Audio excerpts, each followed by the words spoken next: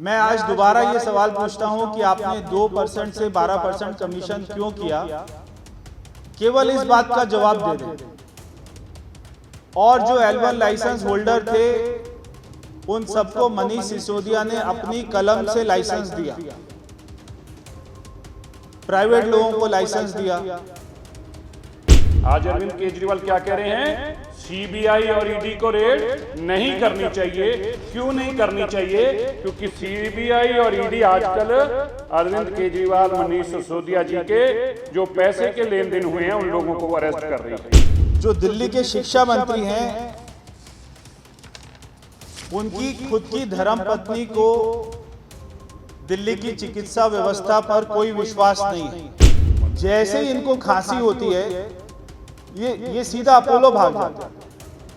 जैसे ही उनको viral fever होता है ये सीधा अपोलो भाग जाते हैं, अपने मोहल्ला क्लिनिक नहीं जाते। जब उनकी धर्मपत्नी कहती है मनीष सिसोदिया जी से कि मेरी तबीयत खराब है, आपने चिकित्सा में इतने अच्छे वर्ल्ड क्लास हॉस्पिटल बनाए हैं, मेरा एडमिशन वहां करा दीजिए, तो मनीष सिसोदिया कहते हैं नहीं, आप सीधा अपोलो जाइए। तो अपोलो में इलाज होता है। और जो लोग भागे हुए हैं, मनीष सिसोदिया कह रहे थे कि मेरे को बताओ कहां आना, तुम्हें कहीं नहीं आना, बस तुम्हें भागना नहीं है। जैसे सत्येंद्र जैन की याददाश्त चले गई, बस मनीष सिसोदिया जी आप इतनी कृपा करना, बादाम खाते रहना, आपकी याददाश्त ना चले जाए, बस इतना उपकार करना दिल्ली के लोगों के ऊपर। इसके अलावा मैं आपको एक आज बहुत बड़ी जानकारी देने वाला हूं। वो बड़ी जानकारी यह है कि पहली इंस्टॉलमेंट जो मनीष सिसोदिया को मिली, आम आदमी पार्टी को मिली, वो 150 करोड़ रुपए की थी। यूनिक जिसकी 150 करोड़ की एयरपोर्ट की बिड थी, जिसकी 250 करोड़ की बिड थी, उसको काम नहीं मिला। क्योंकि अमित अरोड़ा नजदीकी है मनीष सिसोदिया जी का, तो 150 करोड़ वाले को एयरपोर्ट का काम मिला, 250 करोड़ जिसकी बिड थी उसको एयरपोर्ट का काम क्यों नहीं दिया मनीष सिसोदिया जी? इसका जवाब दीजिए। खबर दिल्ली ਦੀ ਹੈ, ਜਿੱਥੇ ਭਾਜਪਾ ਦੇ ਸੰਸਦ ਮੈਂਬਰ ਪ੍ਰਵੇਸ਼ ਸਾਹਿਬ ਸਿੰਘ ਅਤੇ ਭਾਜਪਾ ਦੇ ਸੀਨੀਅਰ ਆਗੂ ਮਨਜਿੰਦਰ ਸਿੰਘ ਸਿਰਸਾ ਨੇ ਇੱਕ ਪ੍ਰੈਸ ਵਾਰਤਾ ਬੁਲਾਈ ਅਤੇ ਪ੍ਰੈਸ ਵਾਰਤਾ ਦੇ ਵਿੱਚ ਉਹਨਾਂ ਨੇ ਦਿੱਲੀ ਦੀ ਆਮ ਆਦਮੀ ਪਾਰਟੀ ਸਰਕਾਰ ਤੇ ਦੋਸ਼ ਲਗਾਏ। ਇਸ ਮੌਕੇ ਗੱਲਬਾਤ ਕਰਦੇ ਹੋਏ ਭਾਜਪਾ ਨੇਤਾਵਾਂ ਨੇ ਇਹ ਦੋਸ਼ ਲਗਾਇਆ ਕਿ ਮਨੀਸ਼ ਸਿਸੋਦੀਆ ਨੂੰ ਨਵੀਂ ਸ਼ਰਾਬ ਨੀਤੀ ਤਹਿਤ ਕਮਿਸ਼ਨ 2.25% ਤੋਂ ਵਧਾ ਕੇ 12% ਕਰਨ ਦੇ ਲਈ ਕਰੋੜਾਂ ਰੁਪਏ ਦੀ ਰਿਸ਼ਵਤ ਦਿੱਤੀ ਗਈ ਸੀ ਅਤੇ ਇਸ ਦੀ ਪਹਿਲੀ ਕਿਸ਼ਤ ਵੀ ਦਿੱਤੀ ਜਾ ਚੁੱਕੀ ਹੈ। ਸਿਸੋਦੀਆ ਨੂੰ 150 ਕਰੋੜ ਰੁਪਏ ਦਿੱਤੇ जा चुके नहीं। इंडिया अगेंस्ट करप्शन से लेकर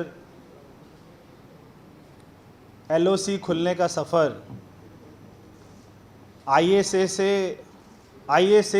IAC टू LOC शुरुआत करी थी इंडिया अगेंस्ट करप्शन से, और आज इनकी LOC खुल गई है। और सुबह मनीष सिसोदिया जी ने एक ट्वीट किया कि मैं दिल्ली में ही हूँ, कहाँ पर आना है मुझे, जहाँ पर बुलाओगे मैं आ जाऊँगा। तो मैं उनको बताना चाहता हूँ कि LOC खुलने का मतलब कोई आपको थाने वाले नहीं बुलाएंगे, कोई आपको पुलिस नहीं बुलाएगी। जो वो गुमराह कर रहे हैं देश को कि LOC खुलने का मतलब होता है कि सारे एयरपोर्ट के ऊपर में आपका लुकआउट सर्कुलर नोटिस भेज दिया गया है कि आप जो आपके साथ में FIR में 2 एक्यूज्ड हैं, एक है विजय नैयर और एक है दिनेश अरोड़ा, जैसे ही CBI जांच शुरू होती है दोनों ही देश छोड़कर भाग जाते हैं। अब जो बाकी एक्यूज्ड हैं वो भी कोई देश छोड़कर ना भाग जाए, इसलिए LOC जारी की गई है। तो मनीष सिसोदिया जी जो इतना उतावलापन दिखा रहे हैं, उनके सारे नेता बार बार पूछ रहे हैं कि भाई क्या मिला, क्या मिला, क्या मिला। तो आपको बहुत जल्दी पता लग जाएगा कि क्या मिला है और क्या क्या मिला है।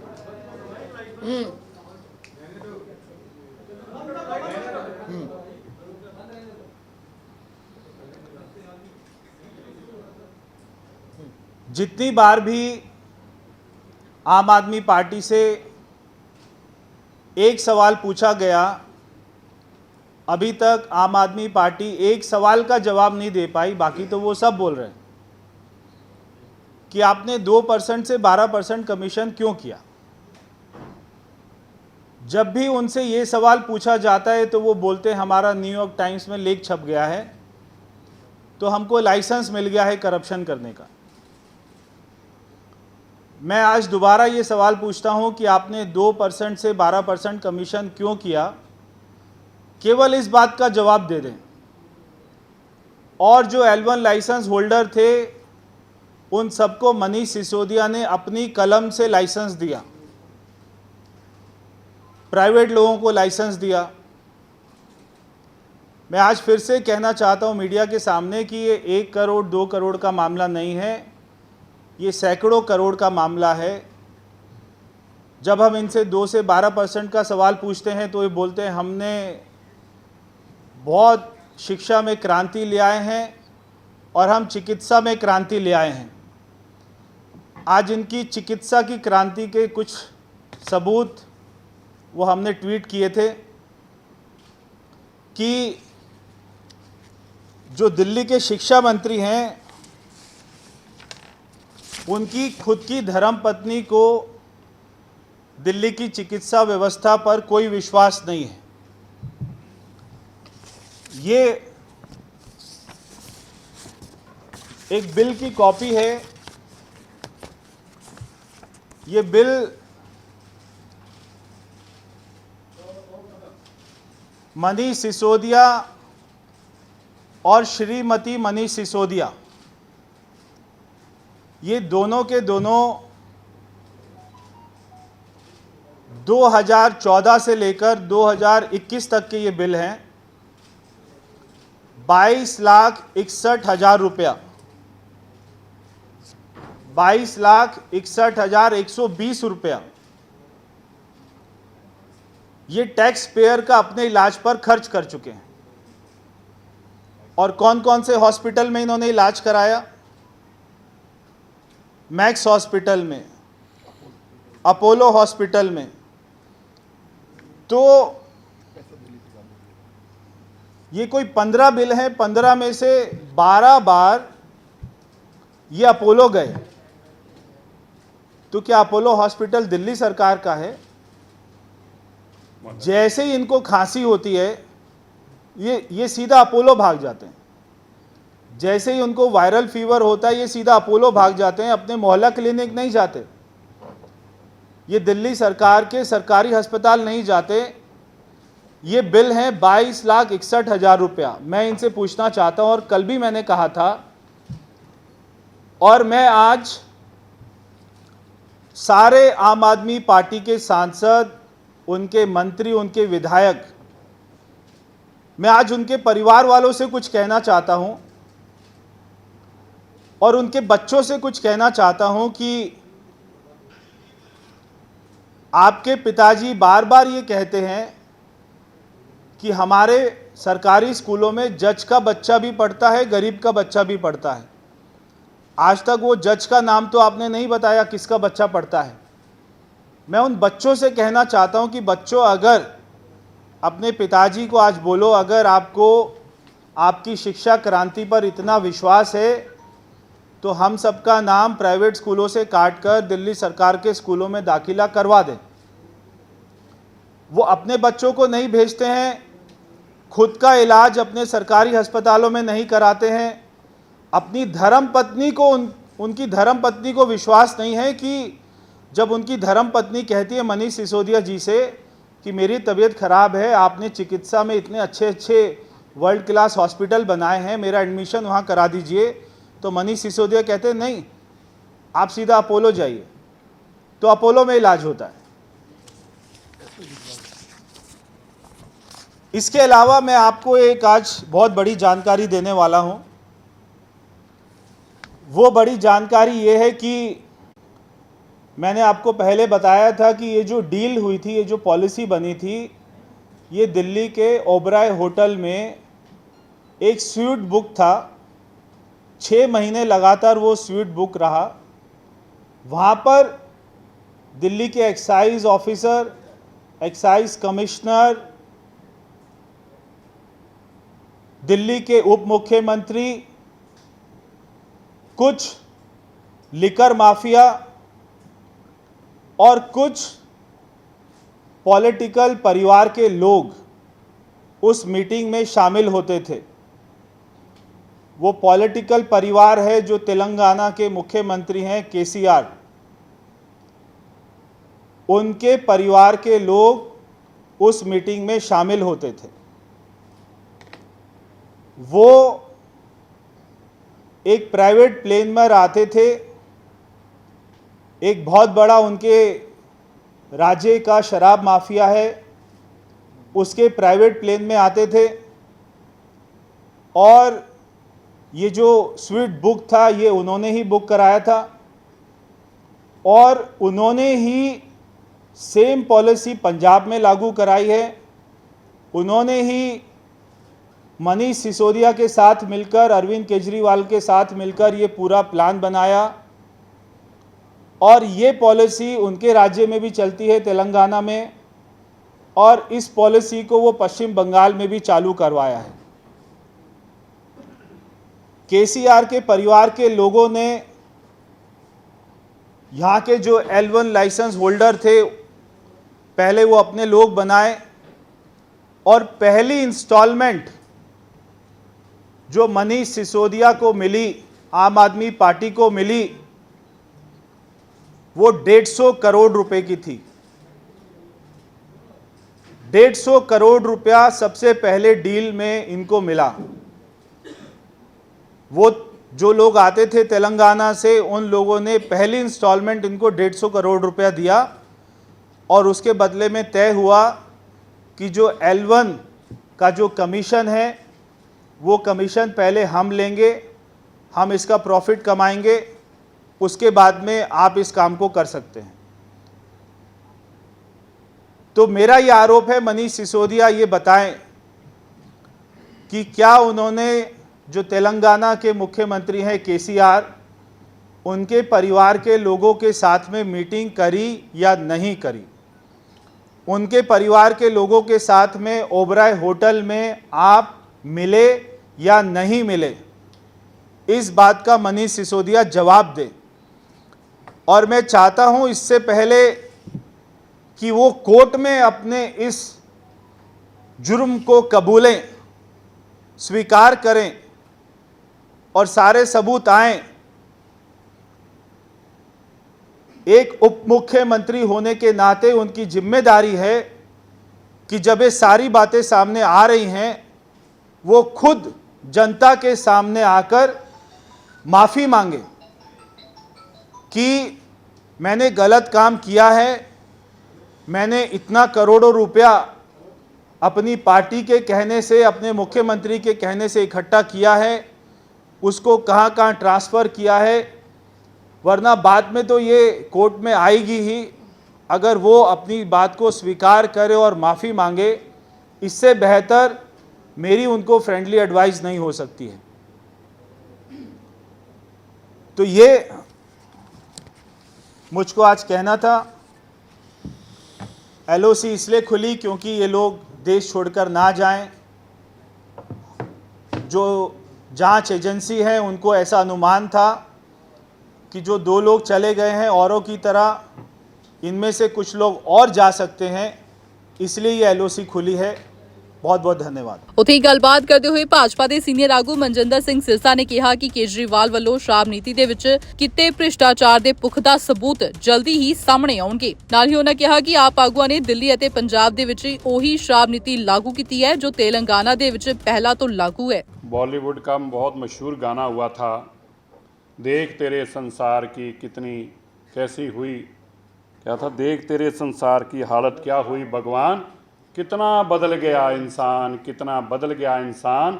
यही जो कल तक कहता था अरविंद केजरीवाल कि हम करप्शन के खिलाफ हैं, करप्शन वालों को देश के गद्दार का तगमा मिलना चाहिए, उनको गद्दार माना जाना चाहिए।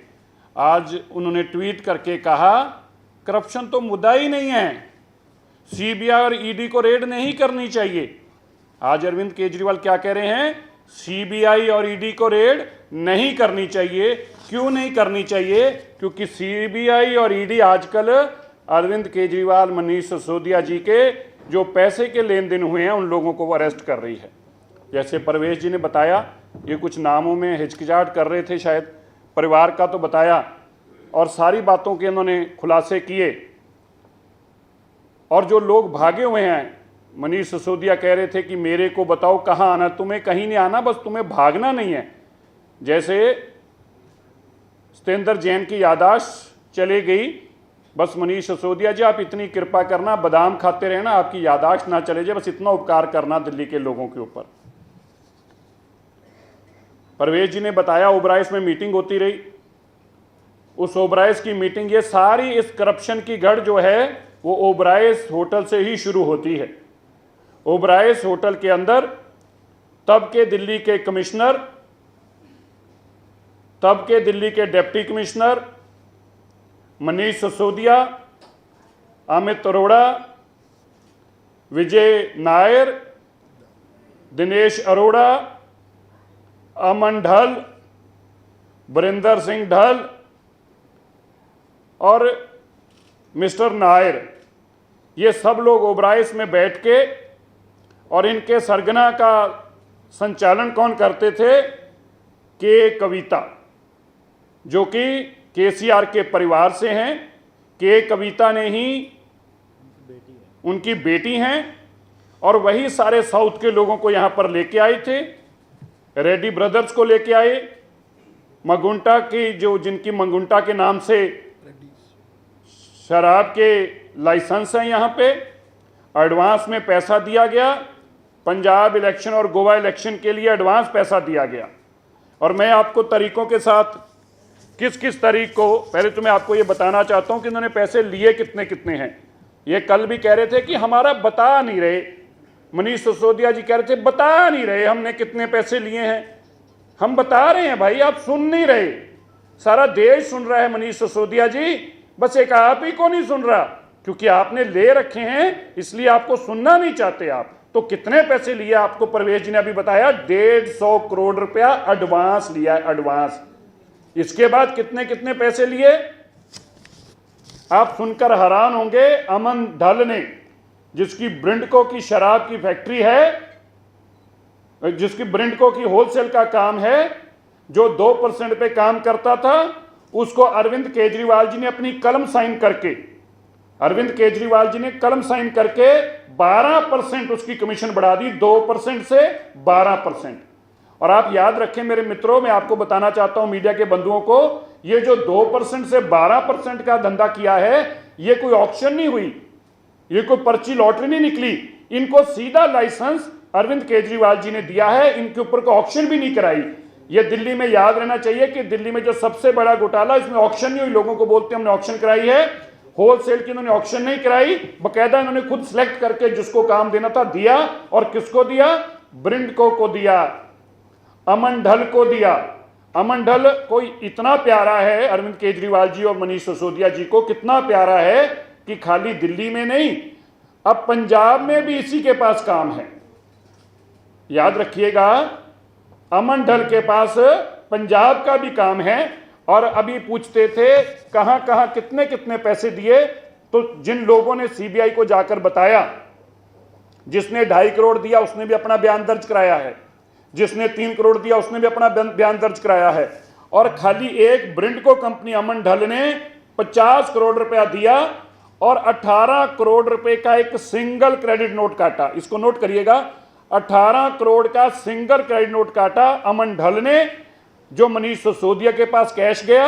और आप हैरान हो जाएंगे, जिसको क्रेडिट नोट काटा अमन ढल की कंपनी ब्रिंडको ने, उसको शराब भी नहीं बेची थी, शराब भी नहीं बेची, फिर भी 18 करोड़ का क्रेडिट नोट। रिश्वत के पैसे क्रेडिट नोट के माध्यम से आते थे। और ये पैसे की तरीकों के साथ मैं बताना चाहता हूं। 3 करोड़ रुपया अप्रैल के महीने में एनवी डिस्टिलर्स अशोक जैन से 3 करोड़ रुपया लिया अमन ढल ने लेकर, और अर्जुन पांडे के माध्यम से यह पैसा ट्रांसफर हुआ। अशोक जैन ने 3 करोड़ रुपया एनवी डिस्टिलर्स ने दिया। इसी तरह ऋषि बाली ने पहले हफ्ते में 3 करोड़ रुपया दिया, वो भी अमन ढल के थ्रू दिया गया। इसी तरीके 4.5 करोड़ रुपया जो पंजाब में फैक्ट्री थी ब्रॉसन्स की, चड्डा फैमिली की, उन्होंने 4.5 करोड़ रुपया के कविता जो कि केसीआर की बेटी हैं उसके माध्यम से अपनी फैक्ट्री जो सील कर दी गई थी पंजाब में, उसको खुलवाने के लिए 4.5 करोड़ रुपया दिल्ली में आई कविता, और दिल्ली में वो पैसे का लेन देन हुआ। उसके बाद वो फैक्ट्री डीसील की गई। 3 करोड़ रुपया कैश और 1.5 करोड़ रुपया क्रेडिट नोट के माध्यम से दिया गया। बाद में वो क्रेडिट नोट कैंसिल किया गया, उसके अगेंस्ट भी कैश दिया गया। कुल 4.5 करोड़ रुपया दिया गया और वो पैसा कविता के माध्यम से दिया गया और मनीष सिसोदिया ने लेकर पंजाब की वो शराब की फैक्ट्री को डीसील कराया। मनीष सिसोदिया जी के दिनेश जी के साथ क्या रिश्ते हैं, ये मीडिया के बंधुओं ने उनसे पूछा भी था कल, लेकिन मनीष जी ने जवाब नहीं दिया।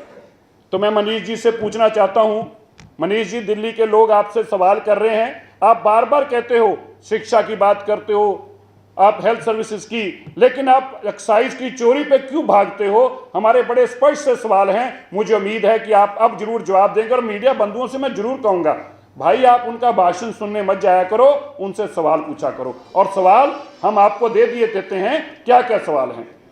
150 करोड़ रुपया बिड जिसकी थी, 150 करोड़ रुपया अमित अरोड़ा जिसकी कंपनी है यूनिक बिज की 150 करोड़ की एयरपोर्ट की बिड थी, जिसकी 250 करोड़ की बिड थी, उसको काम नहीं मिला क्योंकि अमित अरोड़ा नजदीकी है मनीष सिसोदिया जी का।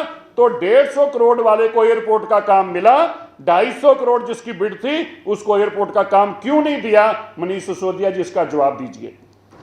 2.5% से आपने 12% कमीशन की और किसी की ऑक्शन नहीं की। बिना देश का पहला व्यापार है जब सरकार तय करती है कि प्राइवेट आदमी को 12% कमीशन देनी होगी और उस 12% कमीशन देने वाले लोगों का जो लाइसेंस दिए उसको मनीष सिसोदिया जी ने लाइसेंस दिए। इसका जवाब दो, आपने ये काम क्यों किया? मनीष सिसोदिया जी, आपने बार बार पूछा कि मैंने गलत क्या किया है। 9,000 करोड़ रुपया आपने कहा हमारा रेवेन्यू आ रहा है। मनीष सिसोदिया जी ने कहा, अरविंद केजरीवाल जी ने पीसी करके कहा, लेकिन जब चोरी पकड़ी गई तो बोले 3500 करोड़ रुपए का लॉस हो गया। हमने जो अंदाजा लगाया था वो पैसा आया नहीं, लेकिन एलजी साहब के कारण हो गया। तो मनीष सिसोदिया जी, पिछले 8 महीनों से आप कह रहे थे ये पॉलिसी सबसे बढ़िया है, 9,000 करोड़ प्रॉफिट आएगा, वो पैसा कहां गया? जो सरकारी खजाने का पैसा था, 3500 करोड़ रुपए का लॉस हुआ, उसका जिम्मेवार कौन है? मनीष सिसोदिया जी, इसका भी जवाब दीजिएगा। और अंत में मैं आप सबको बताना चाहता हूं, उनके जो मित्र हैं जिनके साथ उनका बड़ा स्नेह है, उनको उन्होंने जो महादेव डिस्टिलरीज थी उसके सारे लाइसेंस छीनकर, ध्यान दीजिएगा इसको, बड़ी इंपॉर्टेंट है, महादेव डिस्टिलरीज के सारे लाइसेंस छीनकर मनीष सिसोदिया जी ने अपने निजी मित्र, जिनकी आजकल भागा हुआ है, भगौड़ा है, दिनेश अरोड़ा, जिसकी फोटो भी उन्होंने डिलीट की थी, उस दिनेश अरोड़ा को दिए, जिसने अपनी नई कंपनी खोली और वो कंपनी खोलकर अपने सारे licence Mohan gold water, Mohan Meakins, विस्किन, एबी ग्रेन, मधुसा, एडी ब्रॉसन, एल्को ब्रूज, रेडिको, मोदी और जिमनाई, ये सारे लाइसेंस जो हैं ये महादेव के पास थे। उससे छीनकर इन्होंने अपने दिनेश, जो इनका चेता है, जो भागा हुआ है, ये दिनेश जिसकी फोटो इन्होंने डिलीट की थी, याद रखिएगा परवेज जी फोटो, ये दो चोर जो भागे हुए हैं दिल्ली छोड़कर, एक का नाम दिनेश है, दूसरे का नाम विजय नायर है। ये दोनों भगौड़े हैं, इनको सीबीआई ढूंढ रही है और ये मनीष सिसोदिया जी और अरविंद केजरीवाल जी के साथ इनकी फोटो है। अब आजकल इनसे पूछो कहां हैं तो कहते हम तो जानते भी नहीं है इनकी फोटो डिलीट क्यों की। इसका जवाब दिल्ली और देश के लोग आज आपसे पूछ रहे हैं। धन्यवाद। इन्होंने भागे नहीं है, बात ठीक कहा। ये जो लोग हैं ये मनीष सिसोदिया जी और अरविंद केजरीवाल जी ने कहां छुपा रखे हैं? मैं उनसे आग्रह करता हूं अपने मित्रों का पता बताएं और कहां छुपा रखे हैं। अगर आप सच्चे हैं तो इनको बाजू से पकड़कर सीबीआई के सामने लेकर आएं जिनको आपने छुपा रखा है। और उस मीटिंग के अंदर राघव चड्ढा, चीमा जो पंजाब के फाइनेंस मिनिस्टर हैं, कैब सिन्हा जो वहाँ के एक्साइज कमिश्नर हैं, और वहाँ के जो ये राघव चड्ढा के साथ दिनेश अरोड़ा और विजय नायर, ये सारे मनीष सिसोदिया के घर के ऊपर 30 तारीख को मैंने वो डेट पीसी करके यहाँ बताई थी, ये सब इकट्ठे हुए थे। और वही लोगों ने जिन्होंने दिल्ली में कब्जा कर रखा है, शराब का लूट कर रहे हैं, वही लोग अब पंजाब में गए हैं। तो बिल्कुल हाँ, एक इंपॉर्टेंट बात अभी इन्होंने याद कराई। ये आजकल सौरभ भारद्वाज बहुत बोल रहे थे, कह रहे थे बताओ गलत क्या हुआ। सौरभ जी को हम बताना चाहते हैं, ये जो अमन ढल है, अमन ढल का और सौरभ भारद्वाज का क्या रिश्ता है, ये सौरभ जी बताएंगे तो अच्छा, नहीं तो फिर हम बताएंगे। अमन ढल का और सौरभ जी का क्या रिश्ता है, यह भी लोगों के सामने आना चाहिए। और पंजाब में अमन ढल को काम क्यों मिला, राघव चड्ढा इसका जवाब देना चाहेंगे, क्योंकि वहां राघव चड्ढा ही सब लेन देन कर रहे हैं। इसलिए आपने जो कहा, हम जल्दी ही चंडीगढ़ का यूनिट जो है सीबीआई का, हम उनको भी, क्योंकि ये सारा पैसे का लेन देन चंडीगढ़ में हो रहा है, पंजाब एक्साइज पॉलिसी का लेन देन चंडीगढ़ में हो रहा है, और चंडीगढ़ जो है वो सीबीआई की जुरिडिक्शन में आता है। और ईडी के पास हम ये लिखित में स्पेसिफिक कंप्लेंट बताएंगे कि पंजाब के अंदर पैसे का लेन देन चंडीगढ़ में कैसे हुआ, और सीबीआई उसके ऊपर भी कार्रवाई करे। तो वो जो साउथ से लोगों को लेके आए थे शराब के काम करने के लिए, वो के कविता लेके आए थे, एक बात। दूसरी बात, आपने कहा कि वो डिजिटल, तो बिल्कुल इसीलिए तो कह रहे हैं हम, तो मनीष सिसोदिया जी से इसीलिए पूछ रहे हैं वो जवाब दें हाँ या ना में, क्या वो मीटिंगों में गए या नहीं गए, क्या उनकी इस रेस्टोरेंट में कविता से मुलाकातें हुई या नहीं हुई। और आपने कहा मैं तो आपको कमरा नंबर भी बता देंगे, हम कोई ऐसा है, हम आपके मीडिया के बंदों को बताना चाहते हैं, ये सब किश्तों में कर रहे हैं, ऐसा नहीं है। किस आदमी ने, आपको बिल्कुल क्लियर वर्ड्स में बता दें, किस आदमी ने पैसे उठाए, किस घर में छोड़े, वहां से किसने कलेक्ट किए, किसने फोन करके कहा कि यहां से 2.5 करोड़ उठा लो, किस आदमी के माध्यम से पहुंचाए गए, हर आदमी का नाम, पता और उसका मोबाइल नंबर हमारे पास है। हम जो कुछ बोल रहे हैं बड़े तथ्यों के साथ बोल रहे हैं, और अगर हम गलत बोल रहे हैं तो उनको कोई जवाब दें हम गलत बोल रहे हैं। इसलिए ओबराइज के अंदर मीटिंग हुई इसकी भी जानकारी है, किस स्वीट में मीटिंग हुई इसकी भी जानकारी है, वो किसके नाम से बुक था इसकी भी जानकारी है। और खाली दिल्ली की तो दिल्ली में हुई, चंडीगढ़ के हयात के अंदर मीटिंगें भी हुई स्वीट के अंदर, उसकी भी जानकारी है। तो बीच कांग्रेस तो इतने दिन से शोर मचा रही थी, अगर उनके पास एविडेंस है तो जाके दें, हमने कब मना किया। तो सीबीआई का काम तो करप्शन को रोकना ही है ना, सीबीआई का काम तो करप्शन को रोकना ही है, तो उनके पास कोई एविडेंस है तो जाकर दें। हाँ, लेकिन मैं आपको बता देता हूं, हम बहुत जल्दी उस आदमी का नाम आपको देंगे जो इस डील के अंदर कांग्रेस का बड़ा लीडर है, हम उसका नाम दे देंगे। लेकिन अब इसलिए नहीं दे रहे क्योंकि आज मसला आम आदमी पार्टी को उन्हीं पे रहने देते हैं।